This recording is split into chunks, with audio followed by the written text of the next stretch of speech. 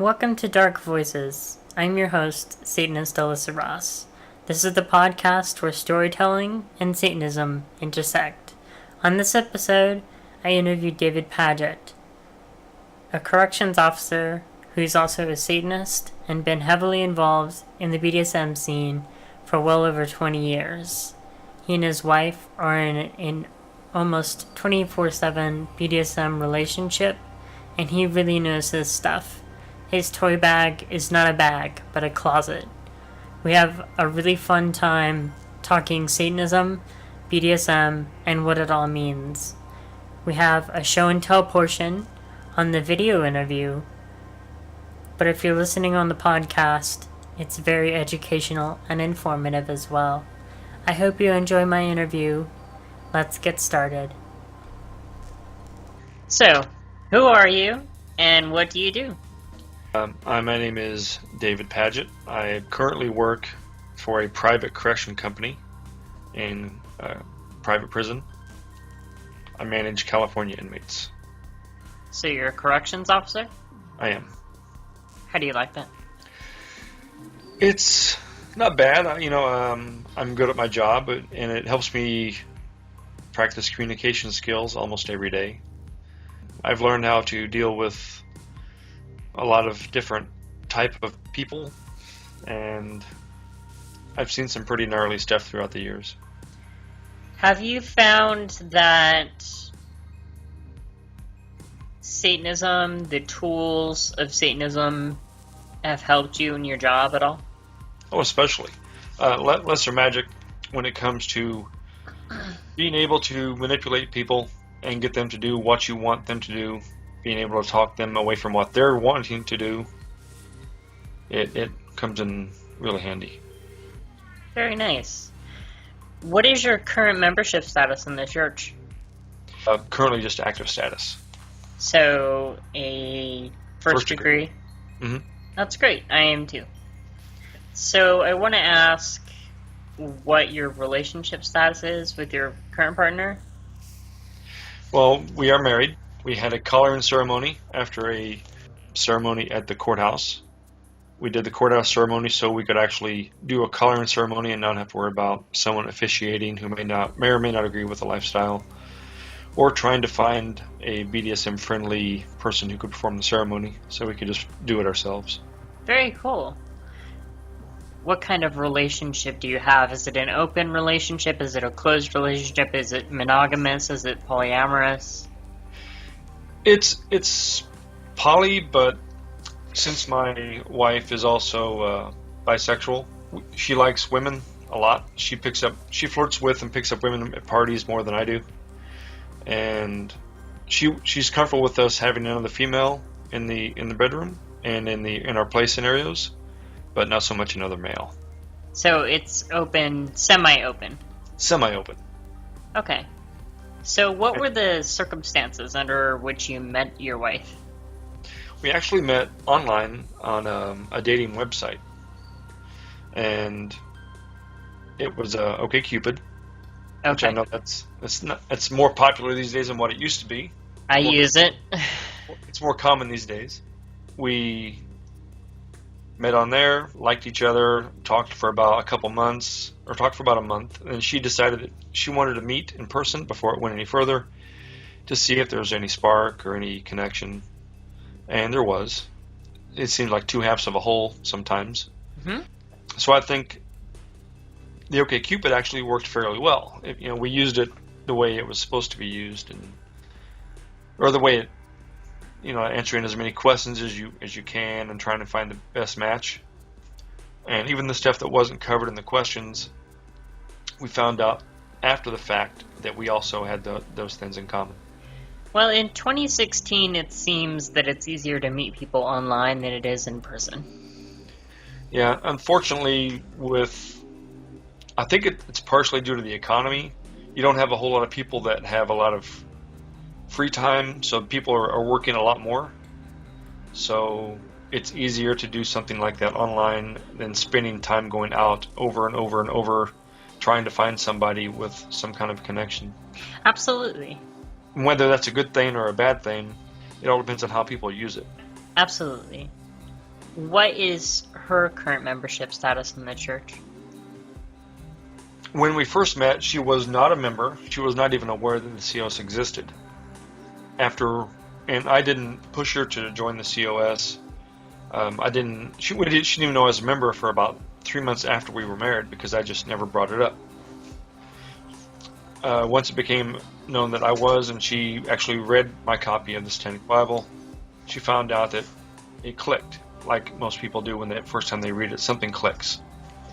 And we just now applied for her membership.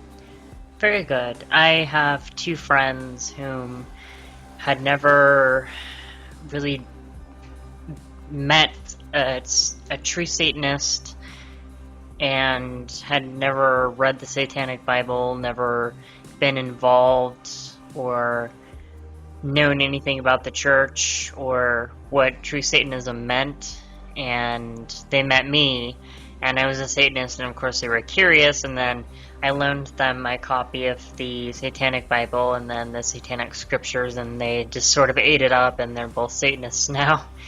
And they're still working on applying for membership. One of them is going to apply for active membership. The other one, she's still thinking about whether or not she wants to apply for active, but they're both definitely Satanists. They wear their Baphomets and everything. So it's interesting how that happens sometimes. It is. Sometimes it's like a fish slap moment. Yeah. Like you get that, what have I been doing all this time? But you must have really trusted them to loan them your copy of the Satanic Scriptures. That's a hard book to come by these days. I love, that's one of my favorite books. That book really, the Satanic Bible is excellent, but the Satanic Scriptures really expanded Satanism for me and really put it in perspective for me. And I think it really helps people understand Satanism a little bit better. Mm-hmm. And it's great to have an actual copy of it. I managed to just snag it off Amazon. So yeah. I was lucky. I guess it's hard to find now. I like in the Satanic Bible and the Satanic Scriptures the way Magister Rose compares the compass points. When you're going south, which is Satan, it's more primal. Mm-hmm. But when you're turning towards the east toward Lucifer, it's more like enlightened and it's more intellectual. So the Satanic Bible, the doctor really, he doesn't pull any punches. He tells you exactly what it is, how it is, and for some people it's brutal for them to hear. Yes. But that's what you need to awaken that black flame. That is how the doctor has always been, and in fact the Satanic rules of the earth and the Satanic sins, they weren't released for a little while because they were considered too brutal. That people were not ready for them. Yeah. Right. And with the Satanic Scriptures, you have Magus Gilmore, and it seems he's coming from a different perspective than the Doctor, of course. And it's more like the Luciferian, I don't want to say the Luciferian, but it's more like Lucifer. He's enlightening people through his intellect more than the emotion of what the Doctor tend to pull from people. Yes. That's a perfect way of describing it, I think.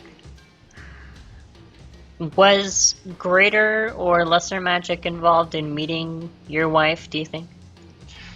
I wouldn't say so much greater magic, but being a Satanist for so long and being immersed in the practices of lesser magic, I am sure, lesser magic was involved quite to an extent, whether it be subconscious or conscious. Can you think of any specific techniques you may have used from the Satanic Witch, do you recall? I mean, I can name some if you need to. No, I'm fine. The Law of the Forbidden. One thing that really pulled her to me was when I shared one of the pictures that I've taken of a suspension model. Even though there was no nudity involved, you could see the slippage in her eyes when she was slipping back into subspace. And that's something that not a lot of people get to see. So whenever she saw that, it kind of made her a lot more curious about what kind of person I was. Okay. So And can you describe the circumstances under which you and your wife became involved in the BDSM scene and just BDSM in general? from the way my wife has said, her experience with BDSM have just been more play here and there. Nothing really formalized before we met. She'd never been to a play party before we met. She wasn't really what you would say a vanilla, but it was never really something that she formally did as an activity. I've been involved in the lifestyle since the late '80s, early '90s, back when the Okay. Yahoo groups were around, and Oh boy. yeah, way back then. So Uh, do you attend dungeons too, or just play parties? Mostly private play parties. There's a local dungeon here called Apex, Arizona Power Exchange. Most of the people that go there these days are advanced in age, and it's not a very conducive environment for me. Okay. We have several local groups in Phoenix. One of them is called GAP, and it has about 1,300 members. So some of the parties are 200 to 300 people Oh at, wow. at, at a private house party. They had an end-of-year party a couple years ago, which had 500 people, and they had suspensions and shows and music and. There is a group in Austin, Texas here called Voyagers that is similar. They have lots of members, and their play parties tend to attract similar numbers. I've never been to one. I want to go to one. I'll probably go to one at some point, but at this stage of my life, I'm just kind of sticking to Temple of Flesh here in San Mhm. Antonio. It's a good dungeon. The age range is perfect. I get a DJ, so it works out well for me. Yeah. If you ever make it over this way, then maybe plan a party. That would be wonderful. I would love that. I would love to attend. Yeah. So, has BDSM ever been mixed in with any of your greater magic rituals? I've never mixed BDSM and Greater Magic. Okay. I don't know if I would recently or in the near future, or not.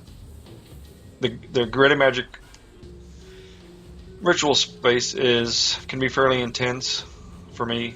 But that's kind of why I asked the question, because BDSM can also be very intense, and it could be an interesting mix. Right, I can see as far as maybe something along the lust ritual, with the completion of having a partner to help complete at the end. But some of the larger rituals, I'm not sure how it would fit. I might have to make up a ritual, create a ritual to more fully take advantage of the BDSM dynamic. I think it could be fantastic. Okay, So, I'll start working on something. do you ever incorporate any lesser magic into your BDSM play? It's hard for me to figure or to pinpoint a certain spot. I'm sure it does, but I can't think of any specifics at this point. Okay, that's fine. Describe your favorite BDSM activities, like flogging or spanking or bondage or suspension, whatever. Well, I'm really a fan of rope. Excellent. I've studied Fumobu Shibari, which is Awesome. it's a type of shibari that instead of being, it's more, it tends to go more towards the connection between the two people. So the knots go on pressure points, and it's more about the connection between the two people than like for showmanship. And that's what I run into a lot when I go to parties here, is people doing things because it looks good for whoever's watching, instead of the connection between the two people. My wife really loves rope. I have a suspension tripod that I actually had custom made that fits in the apartment that we live in. Oh wow. And it can come up and down because, we have visitors and you don't want a tripod hanging around everywhere taking up space. Right. I'm a fan of electrical play with a violet wand. Ah, yes. I My love the violet wand. my wife is not a fan, but there are some people that we play with that are fans of the violet wand. And whenever I first bought it, I was with someone else because they really wanted to try it. So I spent $600 on a nice set. Nice. And when I got it, I tried it. I don't like it. That's nice. So I love the violet wand, and it's so hard to find people that have a good violet wand. Yeah, I have a really nice violet wand. Ceramic core. It's a large case. I can do almost everything with it. You're making me want to make a road trip. You can combine the violet wand and fire cups. Ooh, you do fire cupping too. Yeah, I do fire cupping. Is that another one that you enjoy? I do enjoy fire cupping. I do it how they do it in Chinese therapy. Some parties you go to, they take the cotton swab and they'll light it on fire, or they'll soak it with alcohol. They'll put it on the inside of the cup, and then they'll light that on fire and put it on somebody, so it has like this ball of blue flame on top of the skin. That's not how I do it, because I've seen too many times alcohol drip down, and you have burning alcohol on the skin. Yeah. So I do it how they do with traditional Chinese therapy, and I can move them around faster. I can, it's just a little bit better. But it's not for show. It's not something pretty for someone to watch. So. Yeah, I used to do fire cupping. I've kind of forgotten how to do it because it's been so long. But I used to put like toy cars and stuff in there and just move them around, and it was a lot of fun. Anything else you can think of that you really enjoy? Single tail, flogging. Single tail flogging. Explain that. Single tail and flogging. Oh, single tail and flogging. Yeah. So like dragon's tongue. No, a single tail. What is a single tail? Oh, hold on, let me show you. Oh, show and tell. Let's go. Show and tell time. This is a single tail. As you can see, there's no large tail at the end. I see. It's almost like a bullwhip, but yes, easier to handle. That looks harsh. I don't know if I could handle that.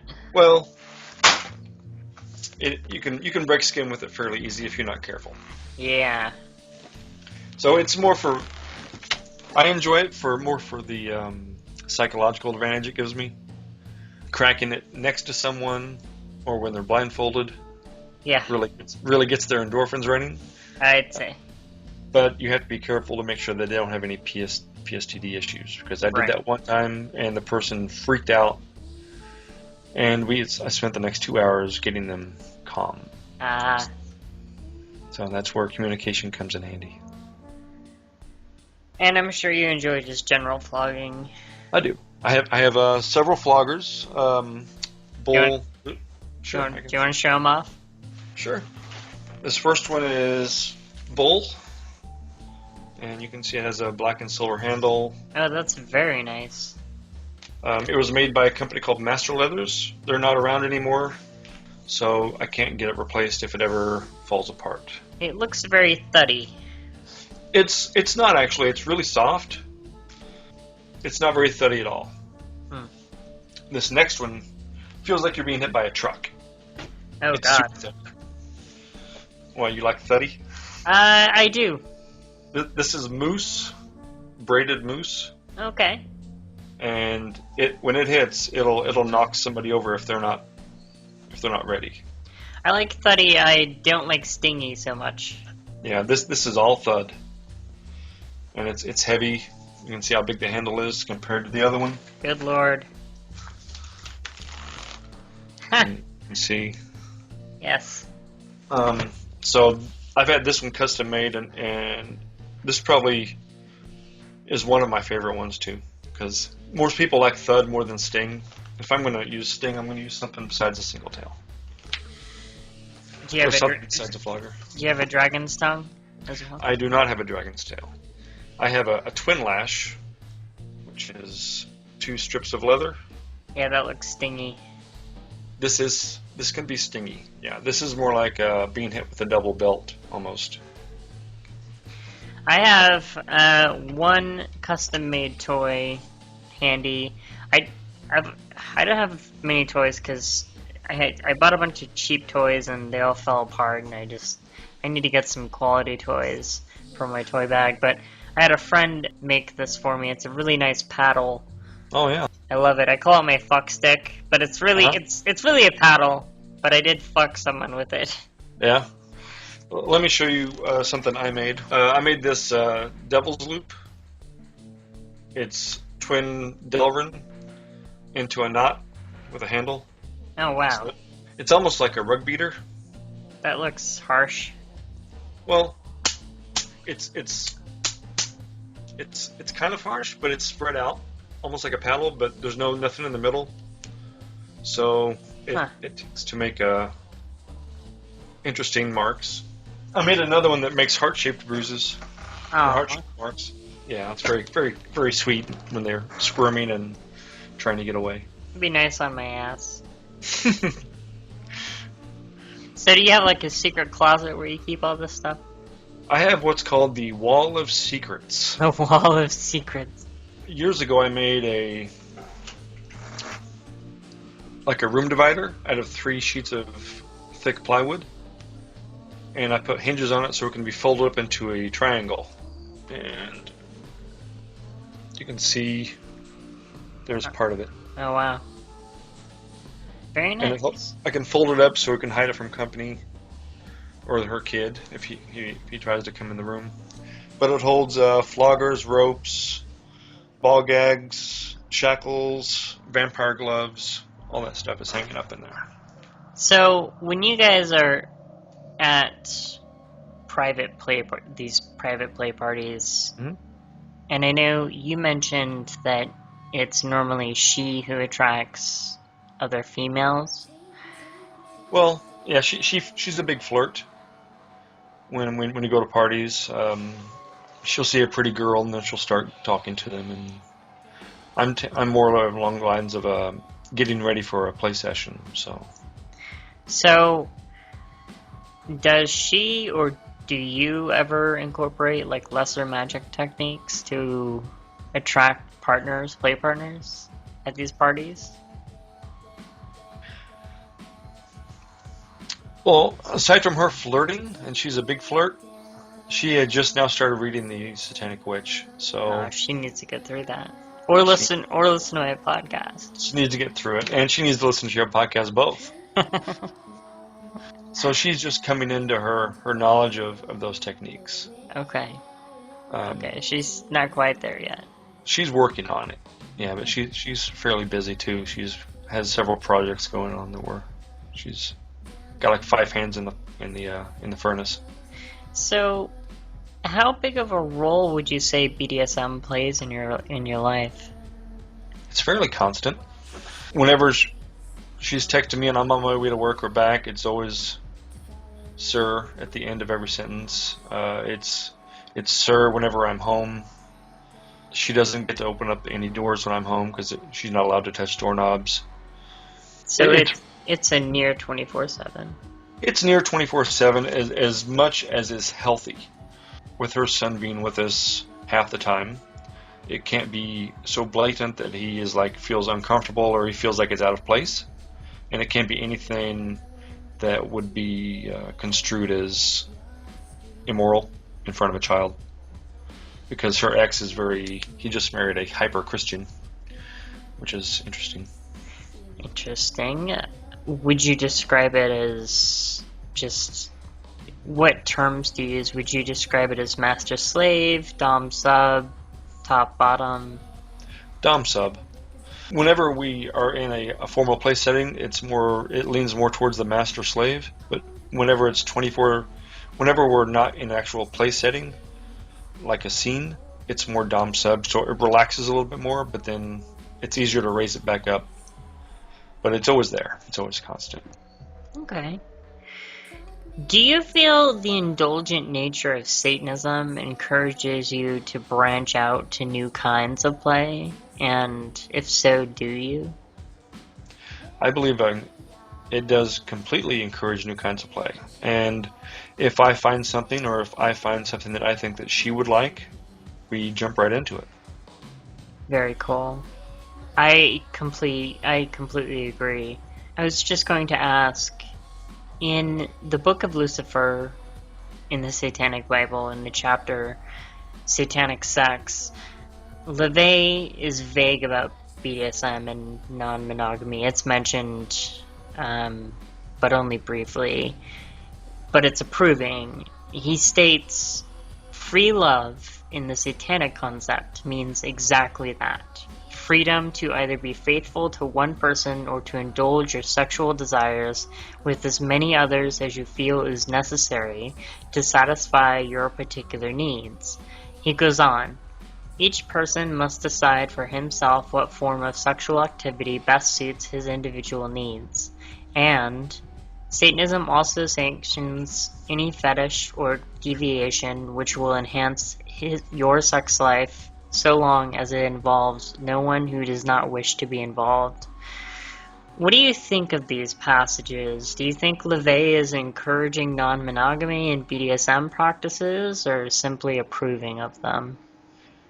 I don't think he's encouraging, because he says everyone walks their own path, and that's perfectly within the Satanic philosophy. He is approving of that any fetish that involves consent between both partners. I think that you're aware of the risk-aware consensual kink, the RAC acronym, correct? Yes. I think that is more appropriate than safe, sane, and consensual. I think that completely falls into don't make sexual advances unless given the main signal, falls completely in consent, falls completely in line with his view in the book, in that passage.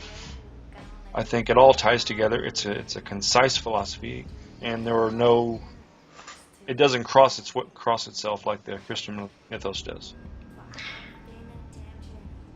I actually talked about RAC a little bit on a previous episode of Dark Voices with Steve Shields it was the BDSM 101 episode. He talked about RAC when we were talking about dark play and edge play. Mm-hmm. Do you indulge in anything in that category? Dark play, what would be considered dark play or edge play, like needle play, blood play, anything like that? I have a needle box. Does that count? Do you use it? My wife does not like it at all. She doesn't like blood play or needle play at all. Maybe she will later on. When she does, then we'll cross that path. But we have some people that we play with that I've done needle play on, and made needle zippers, where you connect the needles with string and then you pull them out at the same time. Using the violet wand on the needles. I've done branding with the violet wand, which can be considered edge play. I've never done branding. I've always been curious. I've always been curious because of the story about that passage just fucking turns me on. And the good thing about the violet wand is you can do temporary branding, but only lasts maybe a couple months. That's what I like. If I could get a Baphomet branded. Yeah, that'd be a lot of work. It'd be fun. It would be a fucking ton of work. I don't know who I would get to make the brand. Yeah. Have to get David Byrne or someone. Yeah, you could have it done in 6 months. Yeah. He does awesome work, though. He does amazing work. I'm actually talking to him right now about custom ordering a piece. Oh, yeah? Yeah. Let's talk about your toy bag. I want to know what's in it, and I want to know what your favorite toys are. When I used to go to parties, I planned for every occasion, so I took a bag filled with rope, a bag filled with leather toys, a violet wand box, a box for E-stem, which has my my tens unit, and I had some non-fire cupping set that was plastic, and then I had a fire cupping set. So it was like taking a Home Depot store with me to every party I went to. Good lord. Yeah, I mean, the flog. One of my floggers I've had since 1988, and it needs replaced.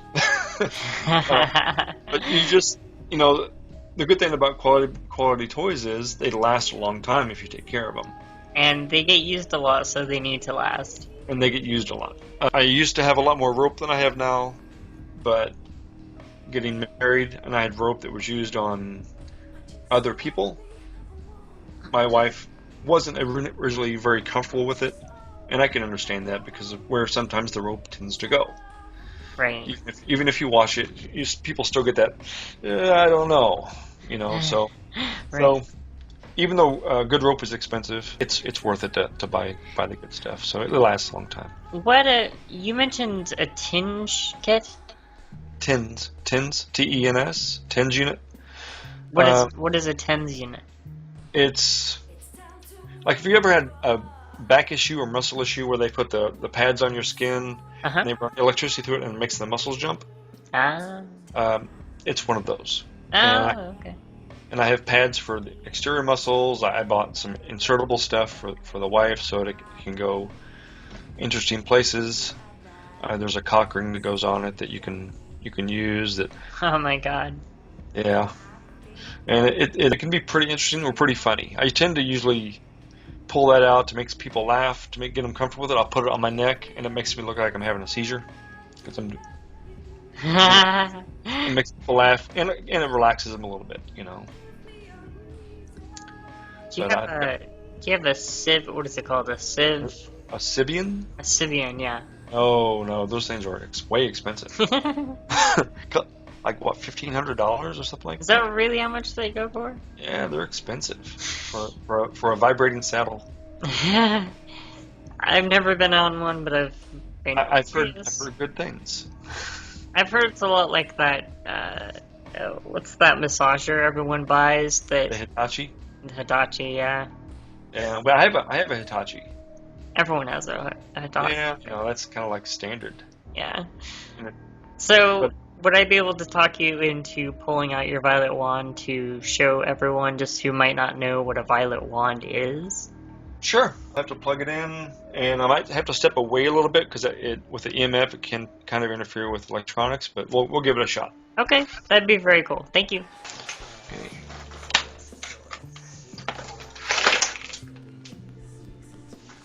Holy shit.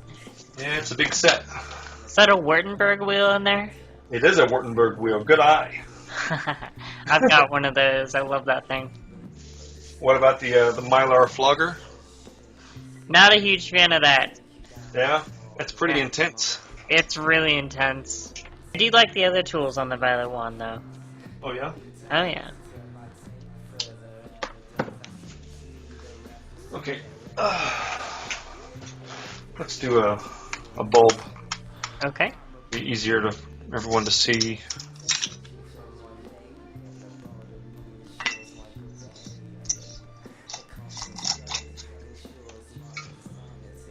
So you plug that guy in, Right. I don't know if you can see.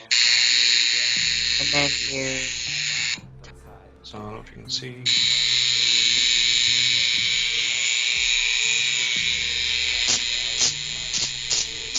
It's just shocks you, like gives you a little shock. And there's Yeah, different tools you can put on there. Like, do you have like a little rake or something? Yeah, I know someone who has that exact wand. It's an EM, so. That was a good demonstration. The violet wand doesn't really like electronics too well. If someone has like cell phones or anything like that around them, I usually tell them to set it to the side. Ask them. There's this one woman that we play with that has an implant for back spasms. That we have to be really careful because it can mess with that also. So, I need to ask a very important question. Sure. In BDSM, in the scene, what's the significance of a collar? There's some people that have the opinion that a collar is similar to a wedding ring. And I used to think the same thing. Just the lifestyle symbol of a commitment. As I've aged, sometimes not for the better, I think that it's a little bit deeper than a wedding ring because a lot of marriages don't last just because there's no communication. And the collar is a sign of open communication. I've been through 2 divorces. I get it. Yeah. I've been through 2 divorces also.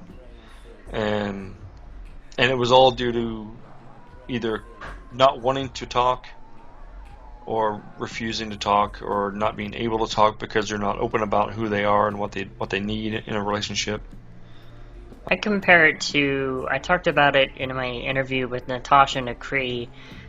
We talked a little bit about the doctor's comparison of people to light bulbs and certain wattages, and some people being like a 25 watt and some people being like 100 watt, and just not being compatible because of what they have to offer.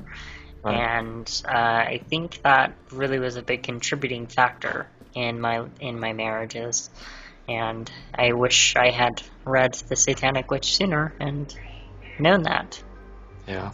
Well, I think that's pretty universal. Not with your situation, but everyone who, when they come across the Satanic Witch or the Satanic Bible, they always wish that, why didn't I find this sooner? Yeah. You know? It's that moment of clarity where you feel like, this is who I am. Why haven't I been demanding this from my life this whole time? Yes. For some people, it's a sad realization of how much of life you've missed out on to that point. But by the same token, look how much more empowered we are. Yes. with the knowledge given by these great gentlemen and their companions, with the Satanic Bible and the Satanic Witch, the Satanic Scriptures, even the books by Magister Rose, Magister Nemo, Matt Paradise, all these great minds contributing to clarifying whenever we get just a little bit lost in life. And they're not telling us what to do, but they're refining and helping us realize what we need to do. So, going back to the collar, do you still think of it more deeply than a wedding ring? I do. So it's something like a wedding ring, but even deeper than that. Right. We have wedding rings that they're martial arts belts because we're both martial artists. But whenever I put the ring on her, she then kneeled in front of me and she said her part and I said mine, and I placed a collar around her neck. Now, I've noticed your wife has what's called an eternity collar. Yes. Can you explain what an eternity collar is? The eternity collar, again, it's a local company, which I found out is here in Phoenix. They're very sturdy collars. They're meant to be worn 24/7 more comfortably and less noticeable than some collars that are made of leather or have a large O-ring on them, so they can be worn every day. And being as sturdy as they are and what they're made of, hers is made of titanium. They also make them out of stainless steel. They're designed to be worn long term, and since she's so active, hers is titanium. She wears it to the gym. She can swim in it. It doesn't react with chlorine. It doesn't react with salt water or sweat, and it's comfortable for her, and it's light. I used to have an eternity collar. I was in a BDSM relationship for about a year. Tragically, it ended not well. Yeah, I had the same issue with a girl that I dated for 7 years, and it ended because it had to end. Yes, so did mine. You know. But it was a sad situation. What about other people in the scene that just put on collars, like the leather collars for play? Or, I mean, you see people who give out collars after a couple of weeks or a month. What do you think about that? It used to bother me, but once I realized and came to the understanding that what they do doesn't impact who I am, it stopped bothering me so much. I see some dominants wear a collar that says master on them. I'm like, you're kind of missing the point. we call those collars that they give out willy-nilly like Velcro collars. People take them off and put them on, and take them off and put them on, and I used to call them training collars. yeah, well, a training collar is, I think, to me that's something different. Collars of consideration is another word. Yes. Or a training collar. If you someone, you've known them for a while, you might think that there's something there, and you put a collar on them to show them they're under your protection, or that you're mentoring them, or giving them some experience that they need, and that's fine. But it's too often I go to parties and like this girl was collared to this guy like a week ago. Now she's actually collared to this guy, and then a month later she's collared to this guy over here. And it happens a lot. It's unfortunate for them because I think maybe they're not really getting the point, but maybe that's the point for them, is they don't take it serious. Some people do. Right. Well, that's all of the questions I had for you. I thank you for being on the program, and thank you for your time. I think you had some excellent answers. Well, thank you for having me. I've been looking forward to doing this since you brought it up, and I'm glad we had the opportunity to talk. All right, thank you very much. All right, that's going to do it for this episode of Dark Voices. I really hope you enjoyed my interview with Dave Padgett. He's very strong into the BDSM scene, and he knows what he's talking about. His toy bag is incredible, and his dom-sub relationship with his wife is also a very cool and interesting dynamic. It was a very fun interview to conduct, and the show and tell portion of the interview was very fun as well. I hope you watched the video. There were a lot of fun things that we showed on camera. If not, the podcast was a very interesting listen as well. So I found it very educational and informative. I hope you did as well. This is Satanist Alyssa Ross signing off.